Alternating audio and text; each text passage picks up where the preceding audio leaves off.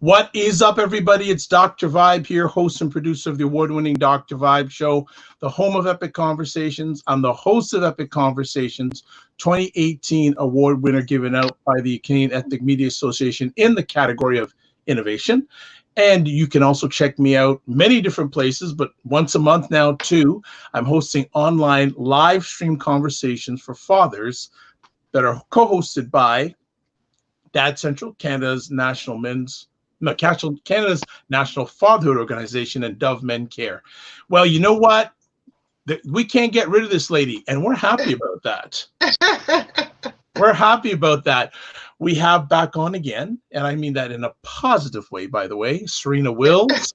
She's a native New Yorker and currently lives in the Washington, D.C. area. She holds a BA in the Policy Studies from Syracuse University, an MPA from Virginia Tech, and a Master's in Health and Wellness Coaching from Maryland University of Integrative Health. Wow, you's educated, young lady. She's a National Board Certified Health and Wellness Coach through the National Board of Health and Wellness Coaching, and is the owner of Divine Wryte Wellness. Finally, she's also a published author and poet. She now has un, deux, trois, as we say en français, published poetry books. The Awakening, Pieces of Life, Volume 2, that was released just back in December. Crying Tears of Teal, which I have a copy of and she autographed, released in fall 2017. And her first poetry book titled Reconstruction, Pieces of Life, Volume 1, which was released in 2014. She's also published in various anthologies and has written health and wellness articles in various publications. She has a mother to a beautiful son who I had a chance to say hello to before we went live. And when I was saying hello, he was kissing his mother like I was stealing his mother. So I can't be on probably for too long, but she's also an advocate for ovarian cancer, GYN cancers, and Lyme disease research, and is a member of Delta, don't get in trouble, Delta Sigma Theta Sorority Inc. And she on tonight, yes. Yeah, and she's back with us talking and going to be sharing with us about living with Lyme disease during COVID-19. Welcome back, Serena Wills. How we doing? Hey, I'm good. I'm blessed and highly favored, as you say, and just staying on. I don't like to use the word lockdown anymore. After I was on a talk with Dr. Angela Davis, and she said lockdown is in jail. Wow. Hold on, is that the? No, I don't know. Is that the? Well, yeah, she was on a talk. And she was talking about how people are talking about using this term lockdown. Yeah. She says you don't know what lockdown is until you're in prison and you are locked down. Yes. Or quarantine. She said, let's use the proper word. So and it's interesting. I had a chance to meet her from a somewhat distance a number of years ago. There was a biography done about her story that was produced by Will and Jada, which premiered at the Toronto Film Festival a number of years ago. Mm-hmm. Yep. So very, very nice. So, well, how are you dealing with this lovely time in our history right now? Lovely time, yeah. It's funny because my grandmother, she just turned 96 the other week. And yeah, she said in her 96 years, she has seen almost everything. So every time she thinks she's seen everything, something else happens. So this is her first pandemic because she wasn't alive yet during the Spanish flu. Wow. That was 1918 or 1919. She was born in 1924. So her parents went through that, but she did not. So, I mean, she's lived through polio, chickenpox, measles, you name it, but she said nothing of this level. So, like she told me, she says, you take care of you and Jordan down there. So we're just in the house. We go out maybe once a week. Wow. You know, if I don't go out, I don't go out. You know, now it's getting warm down here in the DMV area. And you're just seeing people just walking around without masks on. Neighbors the other week had a barbecue, totally forgot that you can't have a gathering of 10 or more. And so, I mean, that's my fear, is that because it's going to be summer and people, they really don't know how to act in the summer as it is. Now we're going to couple this with a pandemic. So I don't know, but I'm doing good. Good, good. And how have you been adapting to the homeschooling? Yeah, that could be a whole topic and a whole epic conversation in itself. I will say I am very thankful for my son's school district where he is. We're small, so they really acted pretty fast. Our initial plan was only supposed to be out of school for a month. We didn't know that this pandemic was going to reach epic proportion as it has. So literally, like a week after my son was home, they said schools will be, actually, we were the second state in the United States to announce that school will be closed for the rest of the school year. It wasn't even April when they made that announcement, and our last day of school is not until June 19th. Yeah. So I've been adapting. They've been very helpful. The teachers have online lessons. They have live Zoom classes. We have literally physical ed and art class on Zoom, and they send us these big packets each month. So it's been going really good. I tell people in the mornings into early afternoon, it's just me and my son. I mean, I'm just focused on him, Monday through Friday. But he's getting this one-on-one attention that he didn't get in school, right, which is a blessing. And luckily, it's just me and my son. I only have one child. I really feel for those who have 2 and 3 and more children, and their kids are in different grades, and they may only have like one Wi-Fi spot in the house, and that's where it gets very, very tricky. But I've been adapting well. We're just counting down to the last day of school because I know I'm tired. And so I know these teachers are tired and get a little bit of a break. I would be remiss, and we chatted about it briefly before we went live.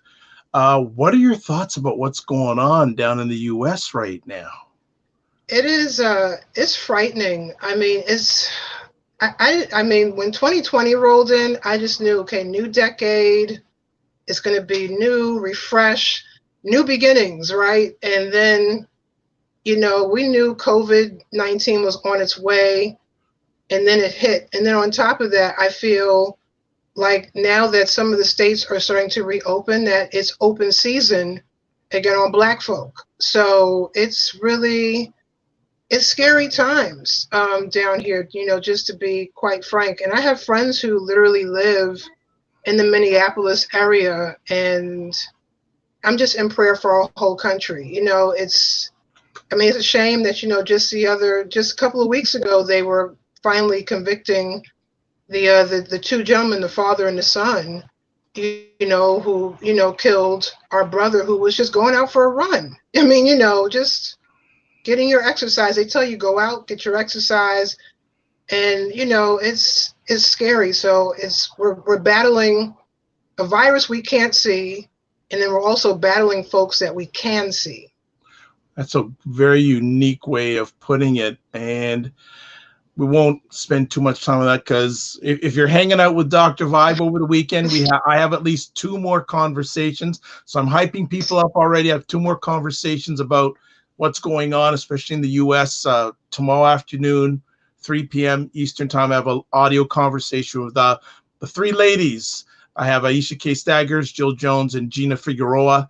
They're going to be chopping it up from about 3 till 5. And then just landed, we have a conversation on Sunday at 5 p.m. talking about what can Blacks do about this whole situation of Black men and women being killed by police. And that will be video wise, and that's for the world to check out. So follow Dr. Vibe for the details. Serena, we know each other a fair bit now via the digital, but a lot of people don't know, especially about yourself, especially the whole area of the Lyme disease. So if you could spend some moments just sharing what Lyme disease is, because to be honest, I'd only heard about it high level when we first met. I'm fairly well educated now, but because we have a worldwide audience, some people may be coming in for the first time. Could you share about that, please? Yes. Well, again, it hasn't felt like it's been this long, Dr. Vibe, but it's been a year since we've had a conversation, which it doesn't feel that way. And it was actually around this time last year, we were talking about Lyme disease awareness. So for those who don't know, we are in Lyme Disease Awareness Month, which is every May. And for those who don't know what Lyme disease is a disease that is basically transmitted through infected ticks. So we hear about ticks on animals, dogs, deer, things of that nature. And in other parts of the world, there are ticks that they're actually living underground. So some of these ticks, and I actually have a lot of statistics on this because there were some questions from last year I finally found some answers to, are infected with what is called Borrelia, which is a bacteria that causes Lyme disease. Now, Lyme disease is basically the great imitator, as what people call it, as what doctors and practitioners call it. It can mimic quite a few illnesses. I was misdiagnosed with Lyme, not with Lyme disease, but with over 10 illnesses before I was properly diagnosed with Lyme disease. It can affect your whole entire body. It is something where you can get your blood tested to see if you have Lyme disease, and you can come out false negative. So you may have the disease and still get misdiagnosed because it's not caught in the bloodstream. But it could affect everything from your organs, your muscles, your central nervous system, you name it, and all by the bite of this tiny tick. So that's a quick breakdown as to what Lyme disease is. I'm sorry, let me close this door. Okay. Oh, I can't hear you. How long have you been overcoming the Lyme disease? Okay, I was diagnosed properly December 2012. I initially got bitten September 2012. Didn't know I was bitten by a tick because the typical, they say almost 70% of the people get what's called a bullseye rash. So for those who are familiar with the store Target, it looks like that and it expands over time. I was actually in the 30% that does not get the bullseye rash. So I didn't know I was bitten by a tick, and these snowball of symptoms just started that late September 2012.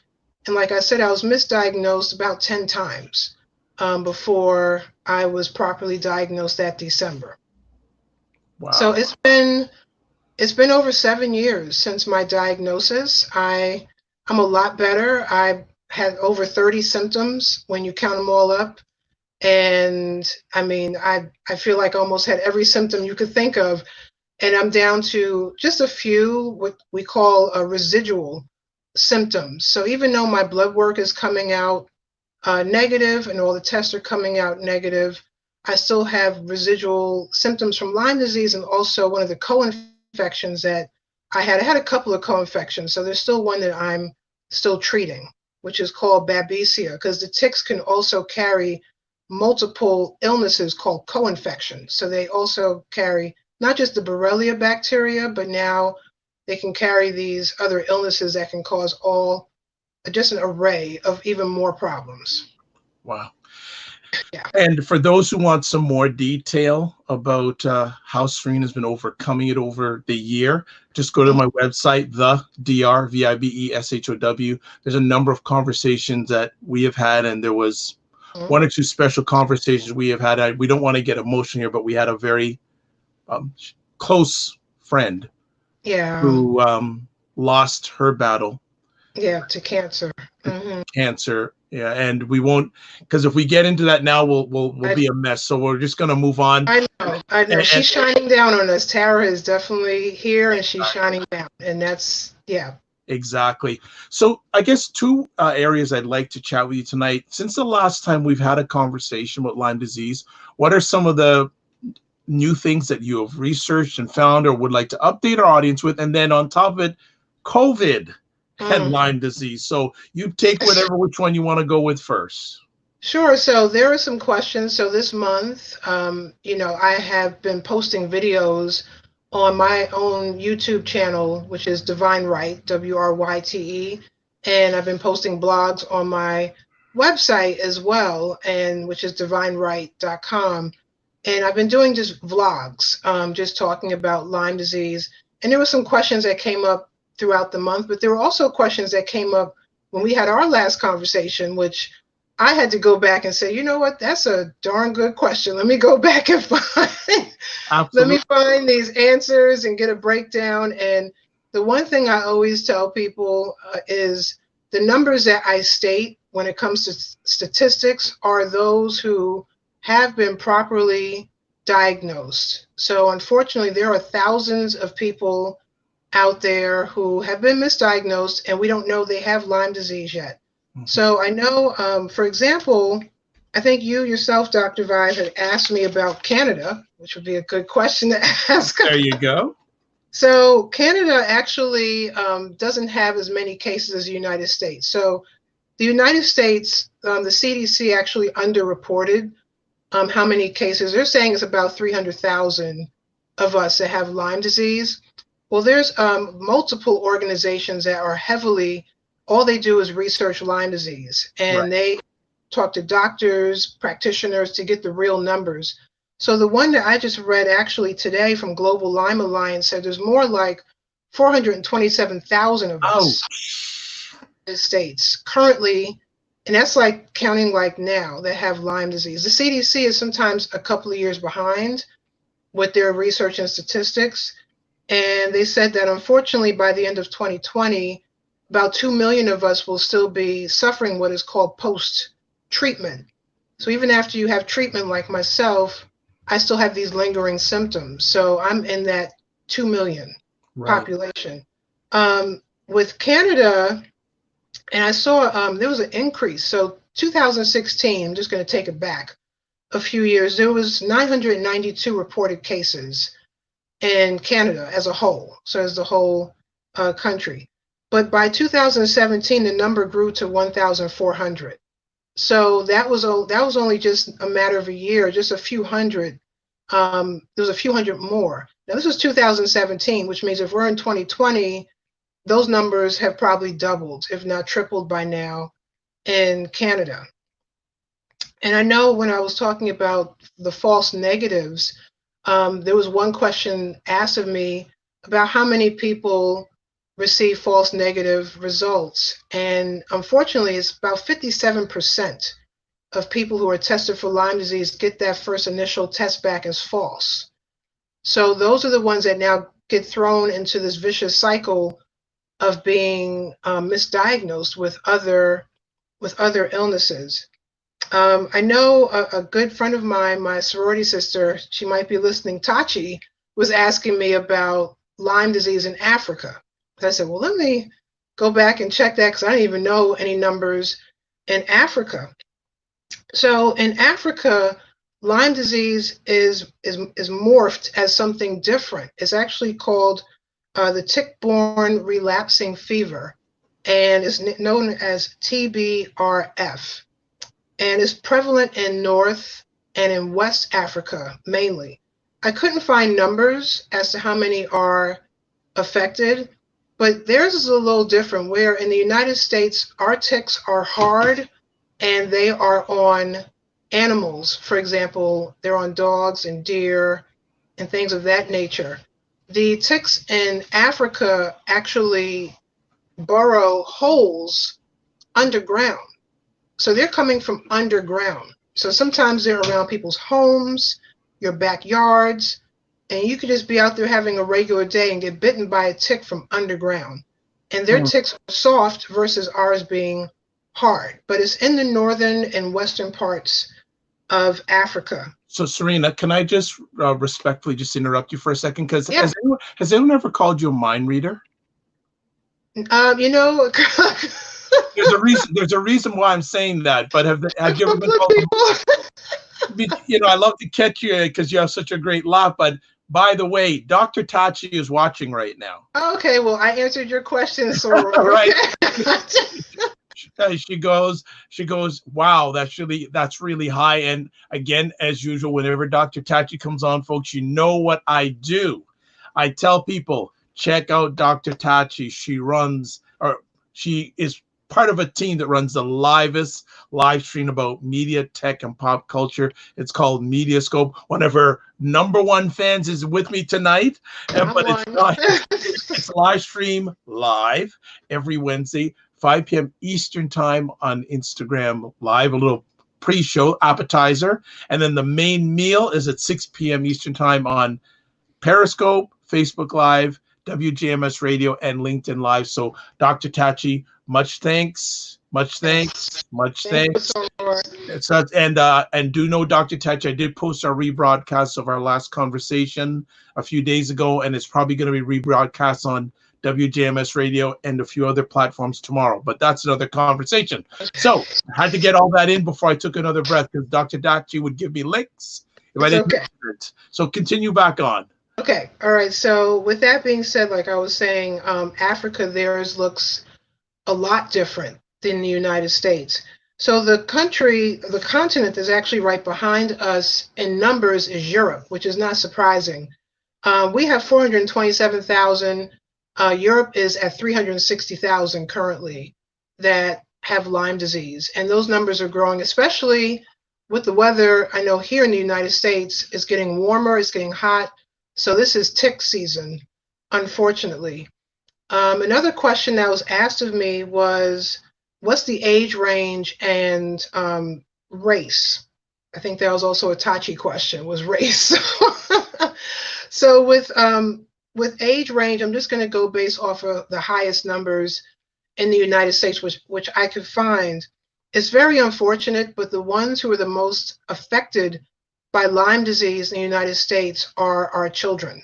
So between ages of 5 through 18, they are the most impacted by Lyme disease. Their numbers are in the thousands, and it keeps growing because you figure children are out there, they're playing, they're in the grass, they're climbing trees.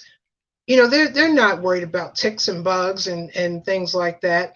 And, you know, parents don't know sometimes to do tick checks when their kids come in.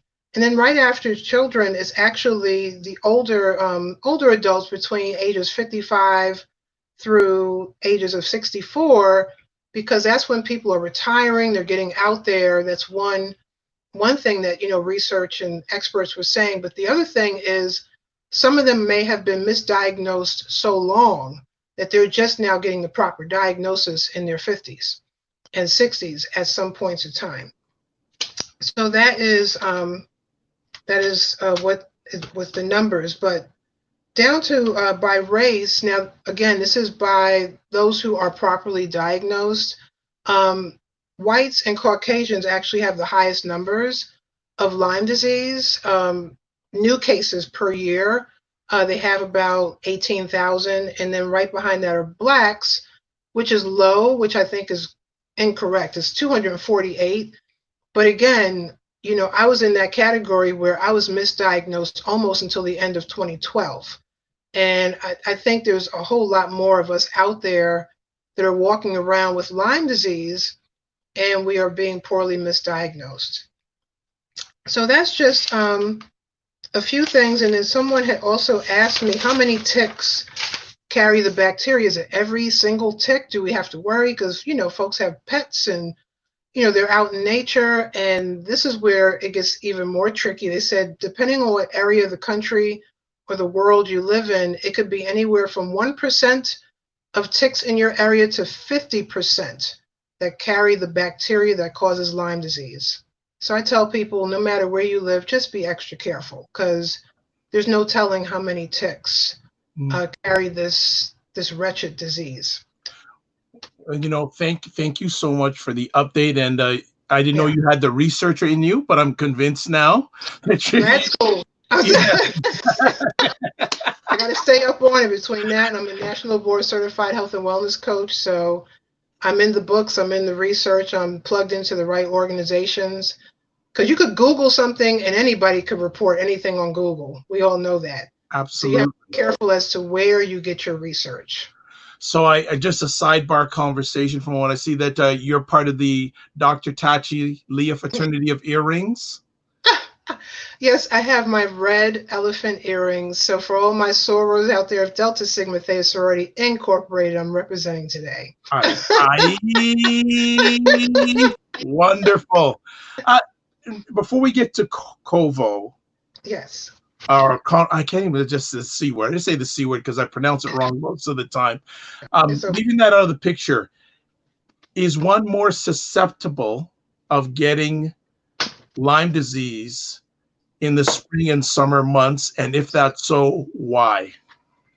Well, spring and summer, it's warm outside, so we now have everybody, more people are outside. So we have those who are hiking. In my case, I used to run marathons. I was out there doing a walk with my friends. I usually walk on a paved path away from trees and bushes and you name it. They wanted to take a nature walk in nature and be amongst the woods. And I didn't want to be the outsider. I was new to my job at that time. So I said, okay, what the heck, let's go. And out of the 1 out of 10 people that went on this walk, I was the only one bitten.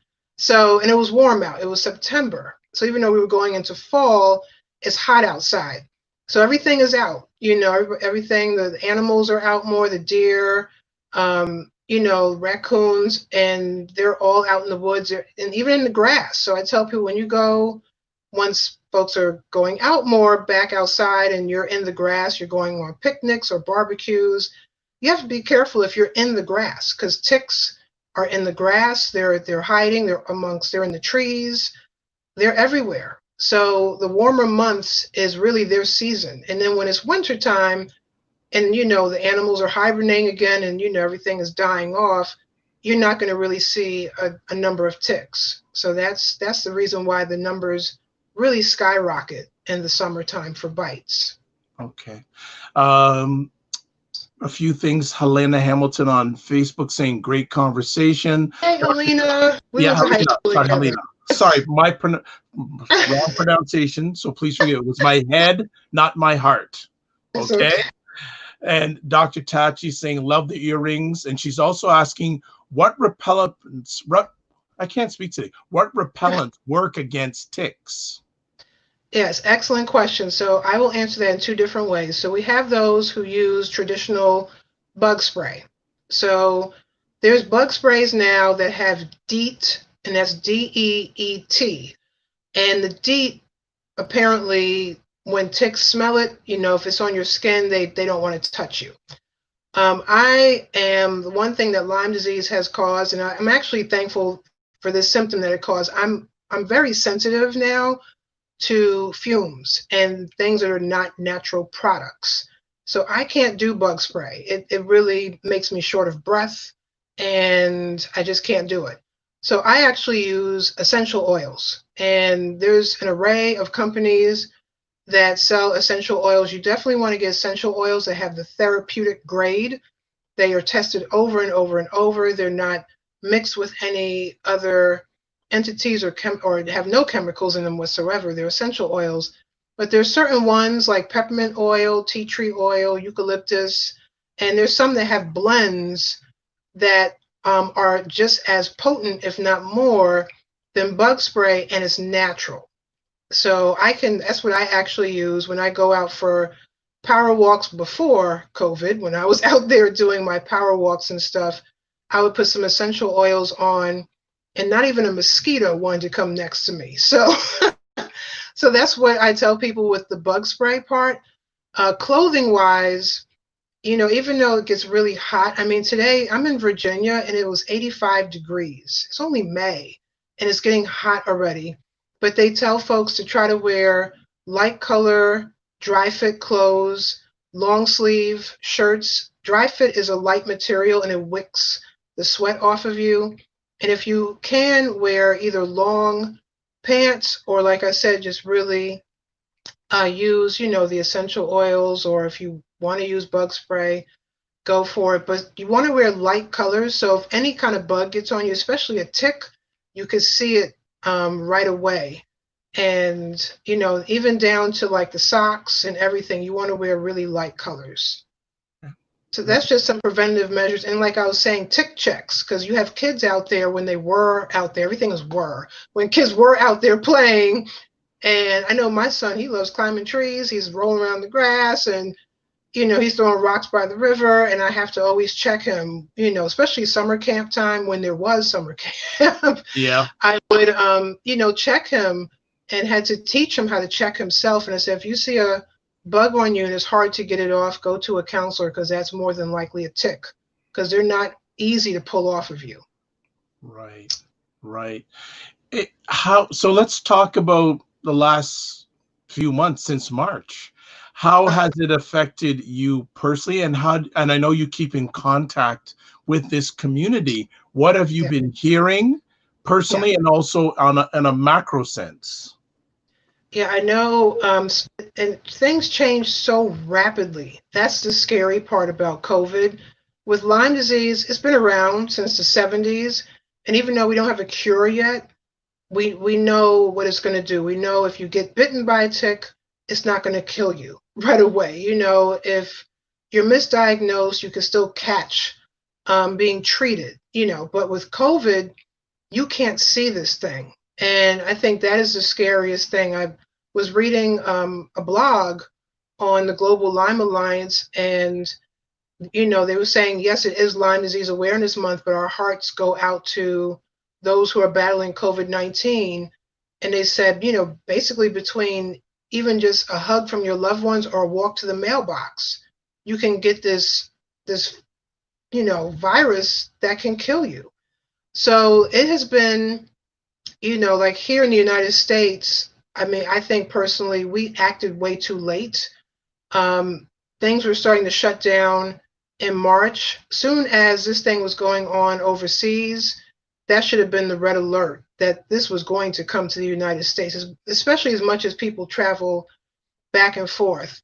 But the one thing I have seen is, in the very beginning, there were doctors stating, well, if you have Lyme disease currently and you get COVID-19, you will feel, of course, you'll feel the effects of COVID-19, but you may not need to worry. This was now in the very beginning. I didn't agree with this, but they were saying because one part of your immune system is already fighting off the Lyme disease because it's a pre-existing bacteria in your body. Then there is another part of your immune system that fights off new things, whether it's a virus or an infection.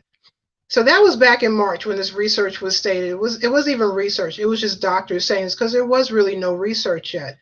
Now, I mean, with anybody who has it's called immunocompromised.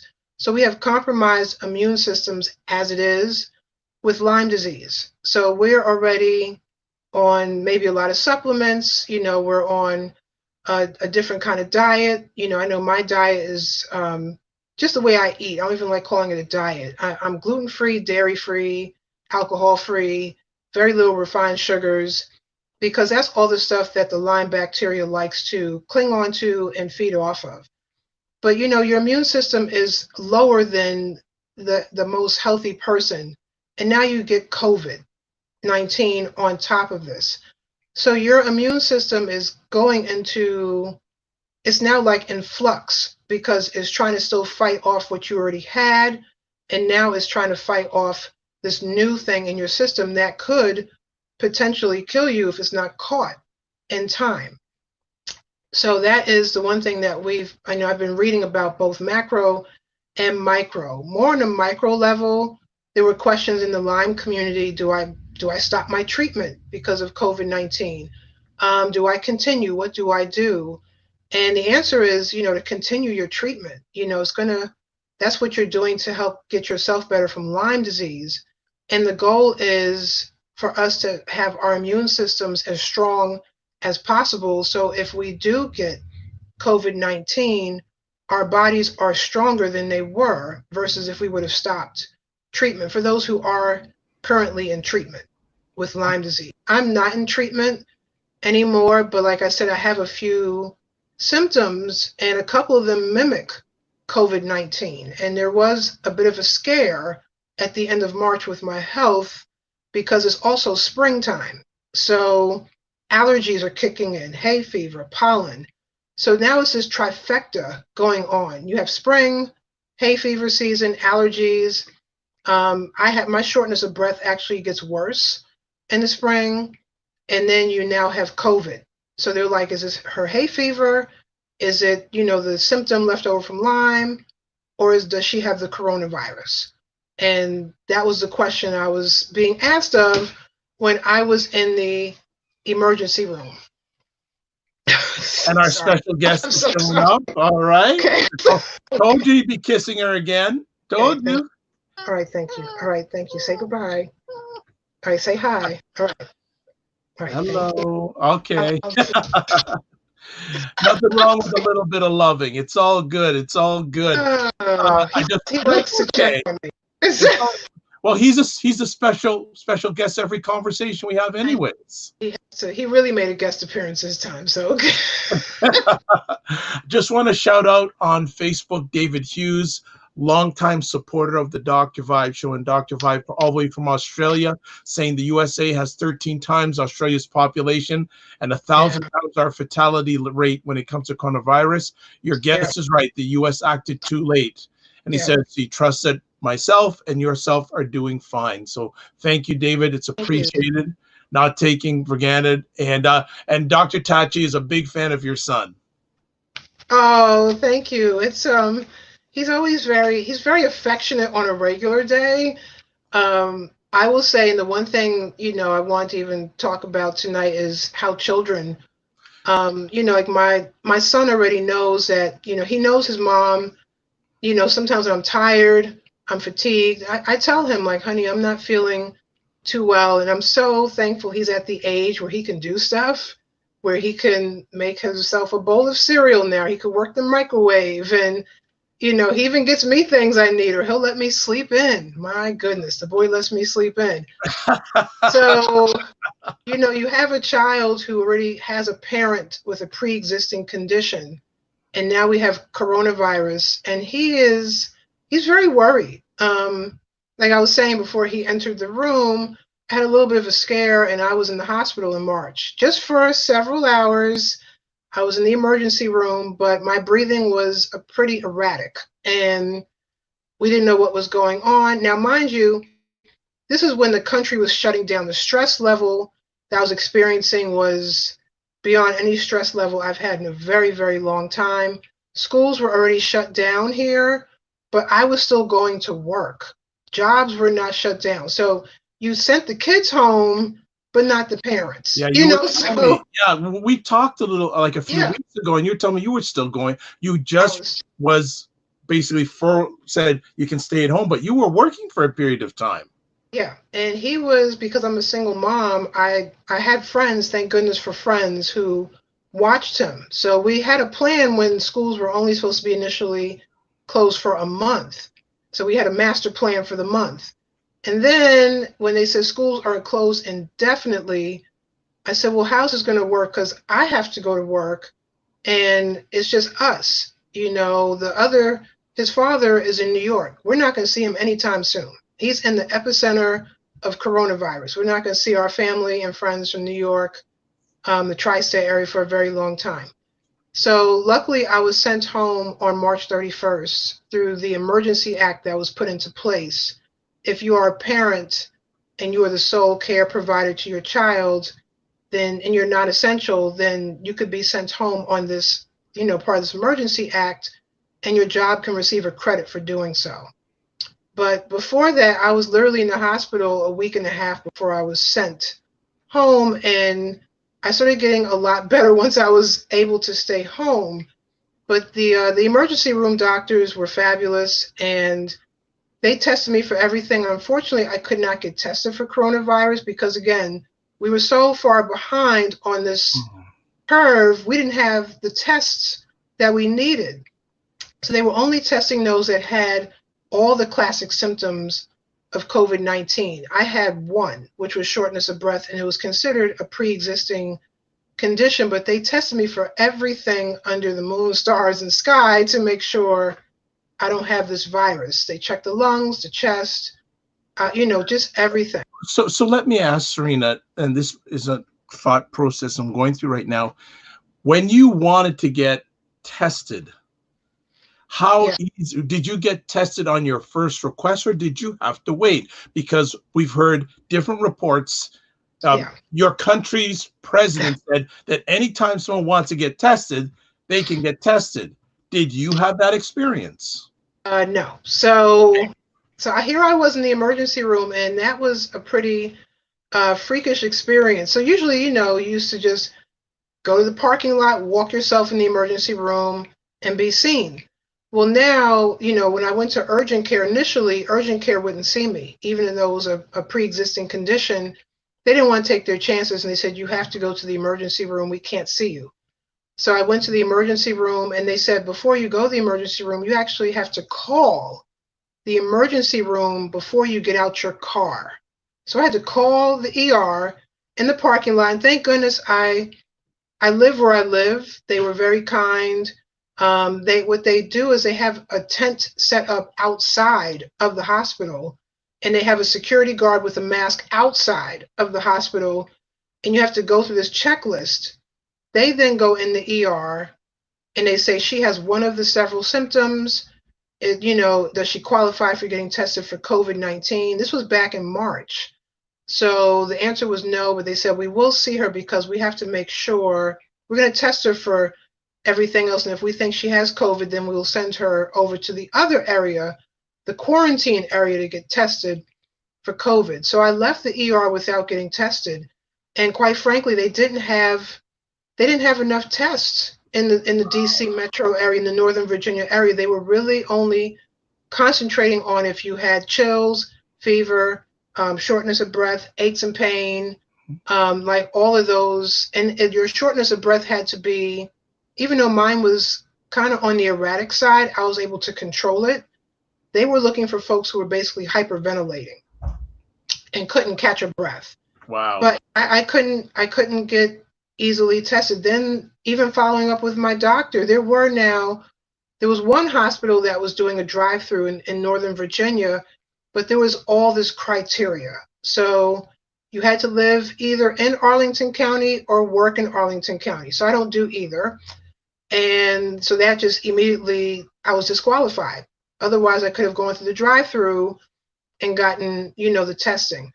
Literally just this week, we just had drive-through testing in Alexandria at a abandoned mall because they knew it was going to be that many people. It was from 10 to 6 p.m. and by 5 p.m. they had already reached capacity and had to turn people away because people have been waiting. And this was free testing, no appointment necessary, no insurance. They ran out and had to turn people away. And they had walk-up testing at an elementary school for those who don't have cars. And they said, we're going to have to do these over and over because we had to turn people away, and that was just this week. We're just getting that this week in my area, Alexandria. I'm in Alexandria City. And our neighbors in Fairfax County really have it hard. Their numbers, they're over 10,000 and growing. We're at maybe a couple of thousand here in the city of Alexandria, if that. I don't even think we're at a couple of thousand yet. But those are the ones who have been properly diagnosed with COVID-19. Okay. Just some more comments coming up from Facebook. Elena Caldwell says hello. Yes. Hi, Elena. Yeah, she could feel my pain. We've been talking about those who have illnesses, and we have these pre-existing conditions, and we have to be extra careful out there. And then you have asthma, you have Lyme, or you have fibromyalgia. And on top of this, we now have an invisible enemy that we can't see. You got folks out there not wearing masks. That's the other big thing that we are saying, like, as a community, as a Lyme.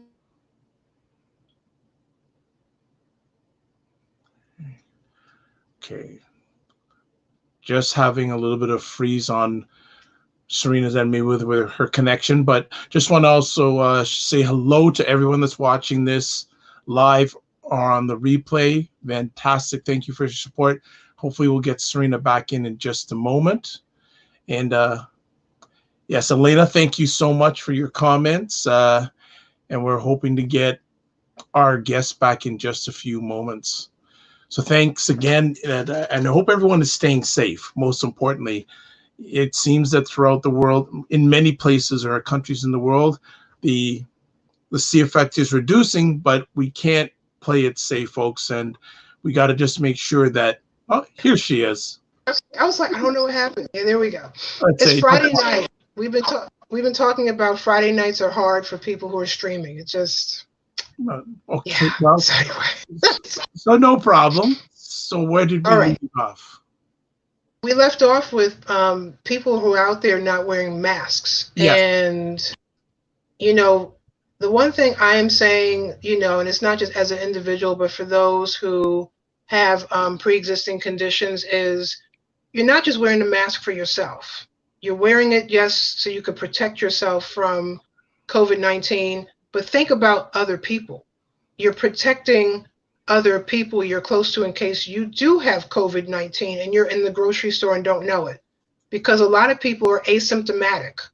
They don't know that they have it, but they're walking around without mask on. And literally just this week, our governor of Virginia decided he's going to mandate, he's just now doing this, mandate wearing masks inside public areas. You should have did this 3 months ago. Why are we just doing this? It's almost June 1st, but you're not just protecting yourself, but you're protecting others and even your loved ones. So before you're saying, I'm not going to wear a mask, and I'm hearing other, I'm protected by God. I believe in God too. But he also in the Bible says, be wise. Okay, so I'm wearing my mask. I'm being wise here. Okay. I wear masks, my son wears masks, and the minute you get in the house, it's a whole routine. And this may be our routine for the rest of our lives. We're taking the harm, shoes. though. No harm to having that routine. In fact, maybe we should have always been doing that routine. Yeah. We're washing the mask as soon as we get in the house. We're putting the clothes right in the hamper. We're washing down, like get in the shower, and it's really, it's like that. So, we only leave the house once, like I said, maybe twice a week, maybe. Okay. And it's not far, but. What are the potential challenges if someone has Lyme disease and they encounter COVID? Have you heard of anyone in that situation? And what is the additional challenges they would be facing? Well, like I said, our immune system's already compromised. So it's like now it's like a double hit, and with Lyme disease, at least we know, and there are people, unfortunately, that do lose their lives to Lyme disease, but it's not like COVID-19. It's not airborne, so now we have this airborne virus that is further impacting our immune systems. And depending on your symptoms, because there are some Lyme, some of my Lyme brothers and sisters like myself who have respiratory issues. COVID it's a direct hit on your respiratory system. So I haven't really talked to a lot, but the ones like I'm reading their stories through blogs, or the ones who are in the house with someone with coronavirus. So they may have Lyme, they don't have it, but their loved one has it. Now the loved one has to either be quarantined or leave the house altogether, because the person that has Lyme disease, if they get it, it's really going to be it's already a battle as it is with COVID-19, but it's going to be more of a battle for us because our immune system's already kind of low. My concern is if that situation happens, how able is someone going to be able to get that healthcare attention that they need? Because as I said earlier on, you didn't get it first time when you went to get checked, and how serious, because and correct me if I'm wrong, a number of emergencies areas in hospitals are closed. Yes. So if that situation came up with someone who has Lyme disease, now COVID, would they get the proper medical attention? Yeah, and that's one thing. I'm glad you brought that up. There was actually a professor. He's out of the University of Richmond. He actually just wrote this article recently. He did research on his concerns, and he's surveying people, is the misdiagnosis of, okay, you think you have COVID-19, but you have Lyme disease. Or I think I have Lyme disease, but I have COVID-19. So because some of the symptoms are very similar, and especially some of those initial symptoms. But I'm in a metro area, the DC metropolitan area. So even my doctor's office, my integrative health doctor in DC, she's open, but she's doing telehealth appointments, which a lot of doctors are now doing. If you think you just have a common cold or your allergies are bothering you, you do telehealth. If they absolutely think they have to bring you in, you know, or what they'll do is you have to call your doctor first, get checked out by your doctor, and they'll more than likely send you to the hospital because they think you have coronavirus symptoms. But, you know, it's this whole, it just keeps changing, because if you go right to the hospital, they'll say, have you talked to your doctor? Well, no, if I'm sweating and I have a fever and I have chills, I'm coming right here. You know, so it's very tricky. People that are more in the rural areas are the ones I'm very concerned about, because it's already rural. You're kind of already on the outskirts, and some of those practices may be closed indefinitely until further notice, and the nearest hospital or doctor that would see them is many miles away. Yeah, I just the rural doctors, and there's even before this time in our journey in the world, the number of rural doctors is going down as it is. So that just complicates the matter as that already exists. I see you have your notes, so I don't want to interrupt, because I feel like I usually I say Professor Tachi, tonight I'm saying Professor Serena. I could probably write a research paper based off of everything. You know.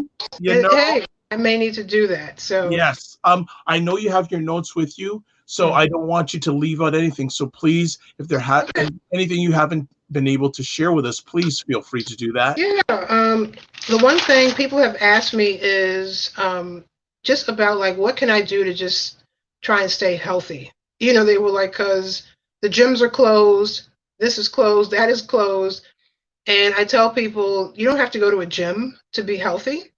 I know gym rats who are still eating the wrong things. So, you know, start with what you can. Let's start with let's start with mindfully eating. Let's make sure that you have the proper nutrients. Let's make sure you have fresh vegetables in your refrigerator. Let's make sure you don't have a lot of processed food. Drink water. Drink lots of water. The one thing they realized when I was in the ER was I was dehydrated. Now, here it is March, but, you know, they said, you know, people with pre-existing conditions, we have to drink more than the average bear, I call it. So you know, some people say, oh, you know, you should drink umpteen ounces of water. But when your body's working overtime, you know, you need more nutrients, you need more supplements, you need more water. And it's funny, I thought that ER doctor had a conversation with my integrative health doctor, and she says, you know, I love coconut water. I said, I do too. And because of all this stress with COVID-19 and my son's out of school, I'm still working, I forgot some of my own tricks, like just keeping coconut water in the house and starting my allergy medication a month before March. I usually start them in February. Right. But it's even just getting down to eating the right foods. If you know you shouldn't be having pizza, if you know you're sensitive to gluten like me, then don't do it, you know, because that's going to tear down your immune system. If you are going out there for your walks, because people are out there working out, I see them, you know, in the mornings, and they have on their masks. And, you know, I give a shout out to the runners, like they actually run in the street to not cross people on the sidewalks.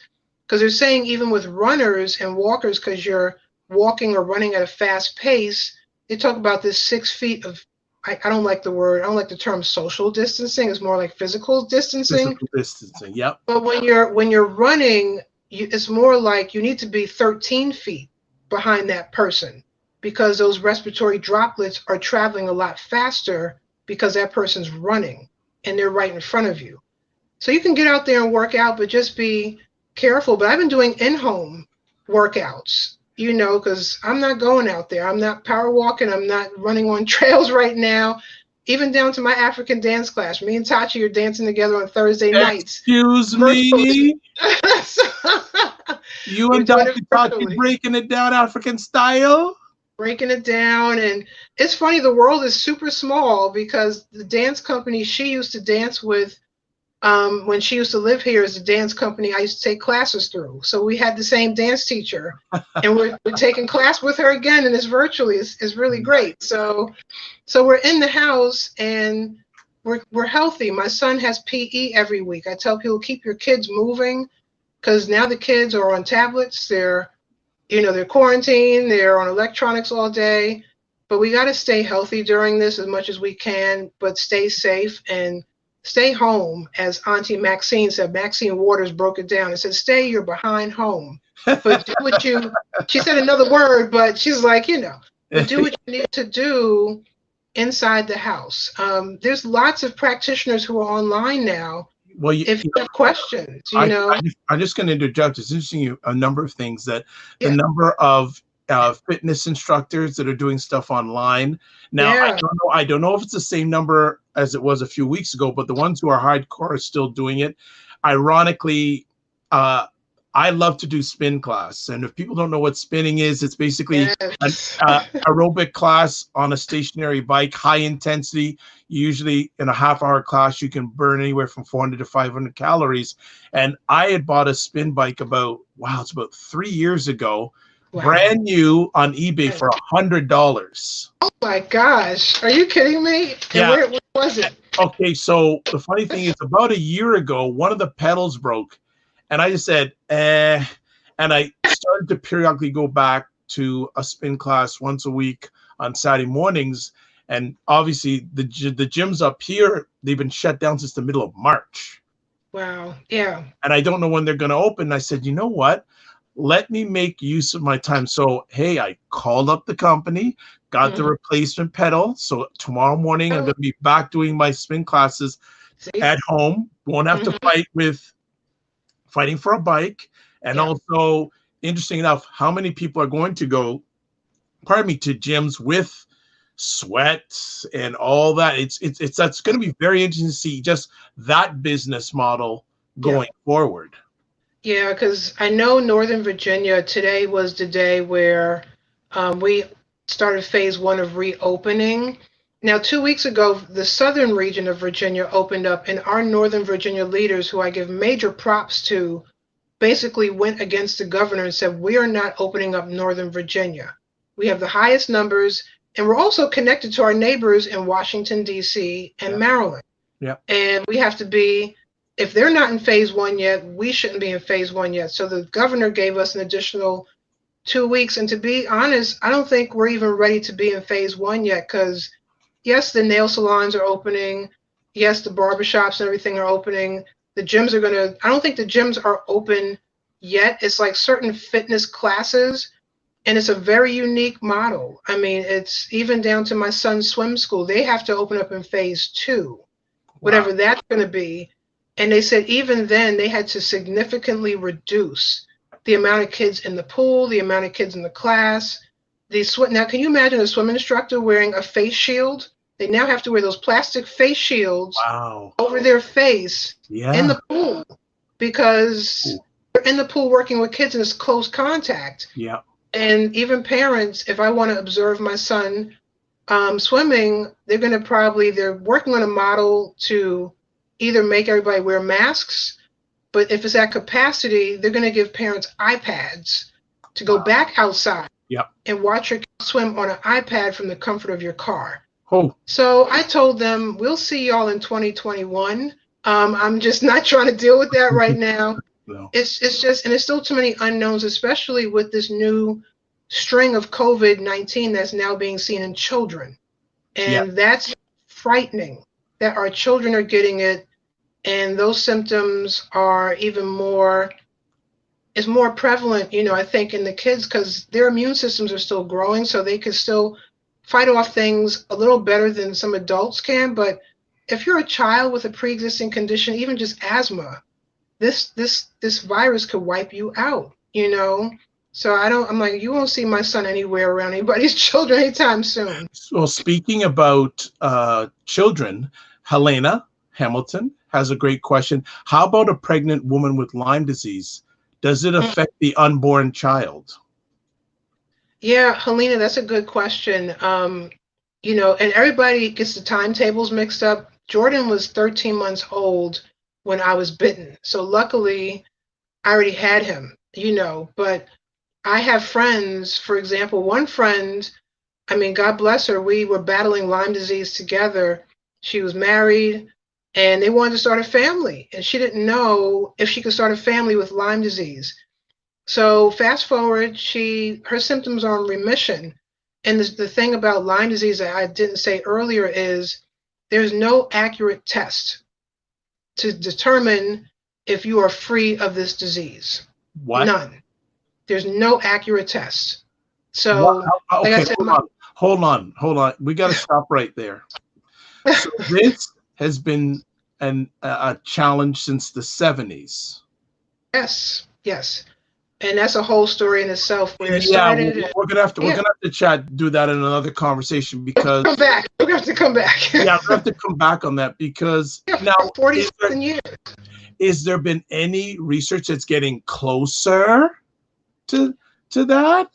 You know, I was reading today. I was doing research for this show up until today. It's because stuff is forever changing. But even today, I was reading through an organization that focuses on Lyme disease. They were saying the one thing that COVID-19 and Lyme disease, besides the physical symptoms, has in common is the complexity of the pathogens. So it's not like strep throat, where you get it and you could just like do a swab and say, here's your medication and you'll be good in maybe about 10 days. Or other illnesses that have come along. I mean, I look at even just cancer. There's still there's no like, here, take this treatment and you'll be cancer-free in 6 weeks. You know, it's still, there's so many illnesses out there that have still to this day, so many unknowns. And it's amazing in a society, in a world that we live in with so much technology, so many scientists, so many researchers, but yet you could draw my blood and every year my blood work comes up negative, and there's different ways to test. And like you said, we're gonna have to come back for another show because I talked about specialty labs the last time, because there are specialty labs dedicated to Lyme disease. They really hone in on the Lyme bacteria and the co-infections. It costs money, and sometimes your insurance is not going to pick up that several $100 tab, unfortunately. Sometimes you have to foot the bill, and then you may get reimbursed for that. But the bacteria is what they call a smart bacteria. It can hide in your body. It can hide in your organs. It can hide in your muscles. It can hide in your brain. Because as I told people, I was impacted also through my central nervous system. And the reason how we found out is because my MRI of my brain was abnormal after having several neurological symptoms, and they found 13 lesions in my brain. You know, so they can find, you know, from just a spinal tap, they were able to see the bacteria within my spinal tap, which was one of the most painful exams I've had in my life. So, but yeah, there's no test to say I'm going to go and get this test and I'm completely cured of Lyme. So what we say is we're in remission. Our symptoms are in remission. And we do like to say we're healed, you know, and cured, but there's still no 100% accurate test to say I don't have Lyme disease. Wow. And that's the thing that they're worried about with COVID is it's morphing into all these different strains of COVID. You know, this part of the country looks different than this part of the country. So now they're concerned that one test is not going to be able to catch COVID-19 for, let's say, the West Coast versus the East Coast, right, or versus Europe versus Asia. So they're going to probably have to develop different kinds of tests for COVID, just how there's different kinds of tests for Lyme disease. Right. Wow. Well, you know what? I don't want to bump in or take any time from the man of the house. Let me tell you, we're here together all the time, Dr. Yeah, so you take your time. Yeah, but you and I know that, but he ain't gonna accept that because he want to take all of you. Yeah, I know. He's the little man in my life, and I mean, children are they're very special anyway, but when they know that their parent has battled an illness, and now he's getting older, he's understanding more of my battle. He's asking a lot more questions, and it's hard to answer those questions. It really is, and I'm truthful with him. And, you know, he did ask me once, like, Mommy, did you think you were dying at one point? I said, there were a couple of times I thought I was checking out of here. And I said, but I prayed and I had the right team of doctors And they, I was like, I'm going to will myself back to getting better. I have a son to raise. Nice. Nice. Well, I think on that note, we're going to stop this part of the journey. Okay. Unless, again, I see the notes and everything Oh, gets yeah. covered. There's Oh, well, no, there's pages. I mean, Oh, no, because okay, no, we're going to come back. no, we got to come back because I tell people it's the one thing, and my soror Tachi out there and all those, we're researchers by nature. So in grad school, I had to do a lot of research papers in health and wellness coaching. I can't just coach people and just wing it.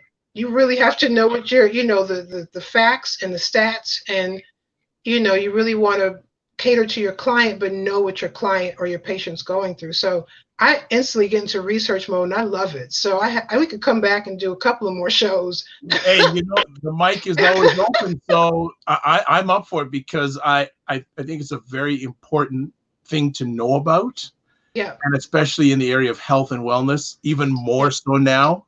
It's become more important a priority. I would hope it becomes more important priority in people's lives if they don't think it wasn't already. But I think it's more important. Before we let you go, what are some final words you'd like to share with our audience, and how can people get in contact with you? Well, the one thing I want to share, I know this is a difficult time for many. My heart goes out to those who have already had COVID-19. I personally have family members that had COVID-19 and survived, and they're doing a lot better.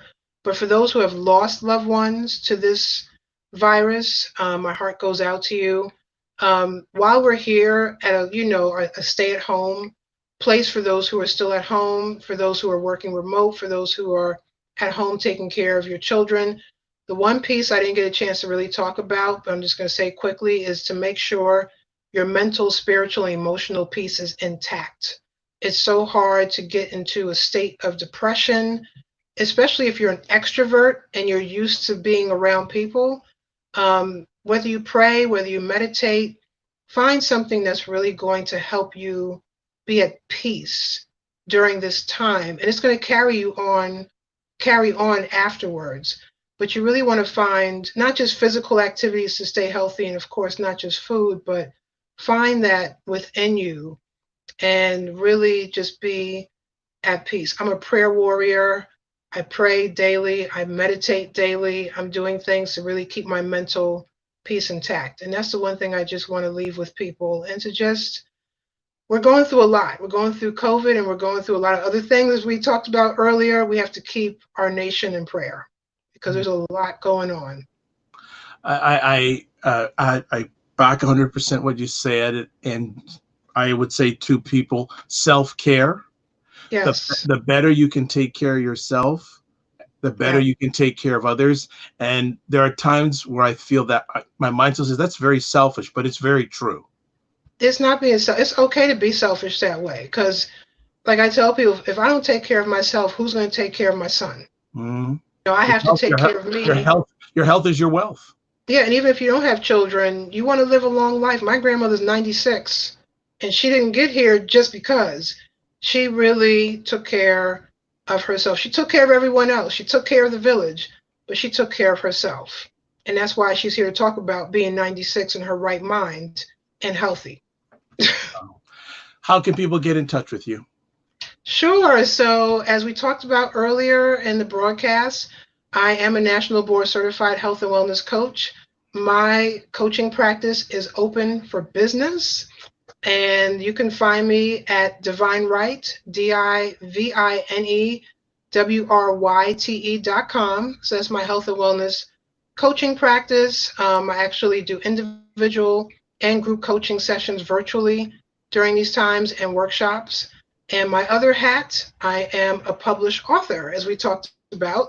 So that's my other website at Serena Wills, SerenaWills.com.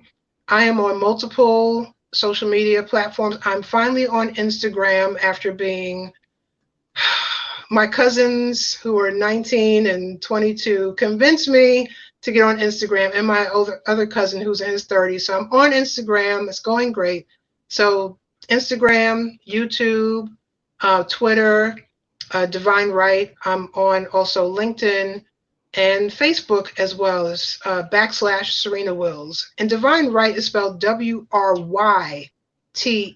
Yeah. So check Absolutely. me out and go to my YouTube channel. I have a bunch of new videos up there. Like I said, I've been doing vlogs and videos, and I have my Dr. Vibe chats on there too. So could look at our epic conversations from before. Wow. Did I hire you for that? No, just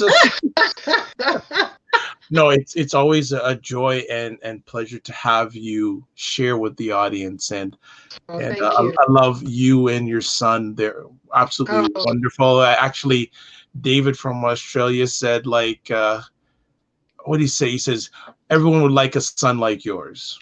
Oh, thank you so much. I appreciate. I'm gonna let him know that he's loved.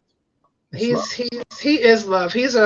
My friend calls him he's like our black boy joy.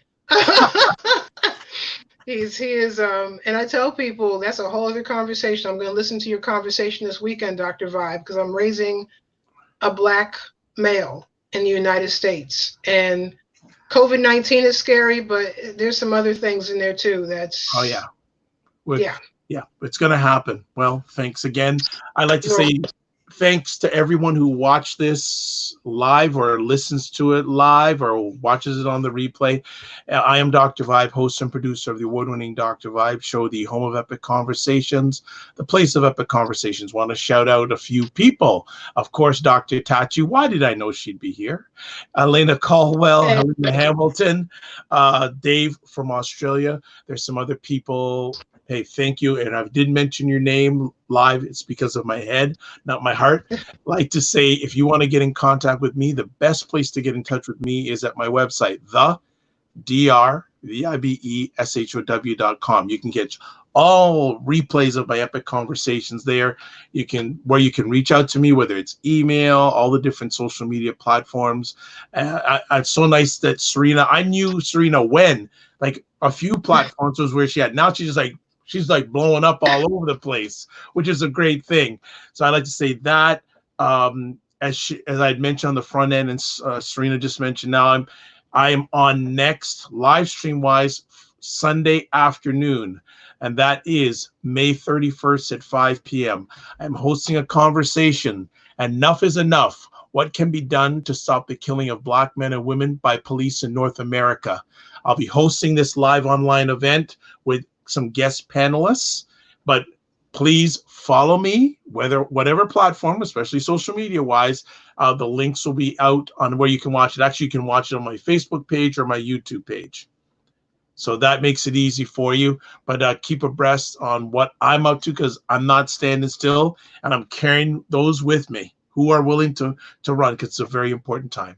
So last few things we're going to close out with. Live your life as a dream. If you can dream it, you can make it. Sometimes you have to get small to get stronger. Block assumptions, then aim bigger, aim better, aim higher, aim wider. Two other things I'd say thank you to BIA Media, who helped me produce this epic conversation. Shout out to them, and hope you guys like the look. If you like it, if you don't like it, please tell us, because we're here for you. Not just me, but all the friends that come on. We're here to empower, enlighten, entertain, and engage with you. So please, let's make it our epic conversations. God bless. Peace be well. Keep the faith. And I include this periodically now. If you do not know this name, you should check it out. Gentleman's name is Robert F. Smith. He is one of the richest African-American men, period. If you did not know about, I think in the last year or so, he paid off all the outstanding tuition for boys who are graduating from Morehouse College. He was interviewed recently, and his last line he wanted to say to everyone was, so he said, don't waste this crisis. So if you are able, and some are not able, but don't waste this crisis if you can, because there's more turns coming. So don't waste this crisis.